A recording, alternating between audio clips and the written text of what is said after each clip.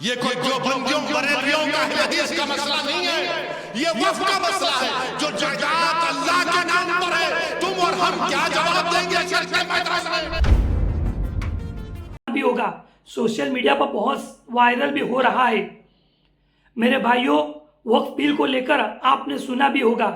जिन लोगों को ये बात मालूम नहीं है, हमारा फरीजा बनता है हम उन तक ये बात पहुंचाए। अगर ये बिल पास हो जाता है तो मुसलमान अपने शायर को खो बैठेंगे। हमें इस तहरीक को अपने घर में चलाए, अपने गांव-गांव में चलाए, अपने शहर में चलाए। मेरे भाइयों, हमें बेदार होने की ज़रूरत है। अब तक जो एप्लीकेशनें आई है सिर्फ 22 लाख आई हुई है और हिंदुस्तान के अंदर तकरीबन 20 करोड़ मुसलमान है, तो हमें कम से कम 1 करोड़ एप्लीकेशनें तो हमारे पास आनी चाहिए। अगर जीपीसी के पास ये 1 करोड़ के करीब एप्लीकेशनें जाती है तब जाकर हमारा कुछ वजन बैठ सकेगा।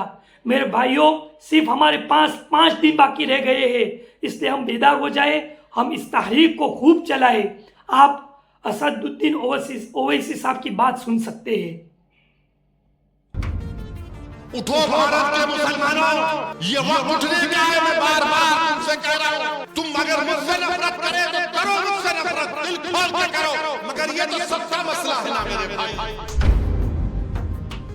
अब भारत के मुसलमानों से मेरी अपील है, भारत के उन तमाम नागरिकों से मेरी दर्दमंदाना गुजारिश है जो इस मुल्क की खूबसूरती को मानते हैं, आपको इस कानून को रद्द करना पड़ेगा, आपको उठना पड़ेगा। बल्कि मैं तो भारत के तमाम मसाजिद के इमामों से अपील कर रहा हूं, आप बयानों में इस कानून की मजम्मत करिए, इस कानून की मजम्मत करिए, बेदार करिए मुसलमानों को जो ख्वाबे गफलत में है अभी तक।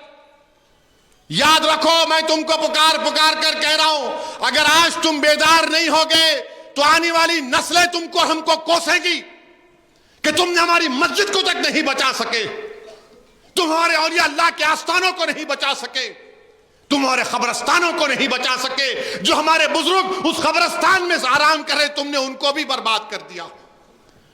उठो भारत के मुसलमानों, यह वक्त उठने का है। मैं बार बार तुमसे कह रहा हूं, तुम अगर मुझसे नफरत करे तो करो मुझसे नफरत, दिल खोल के करो, मगर यह तो सबका मसला है ना मेरे भाई।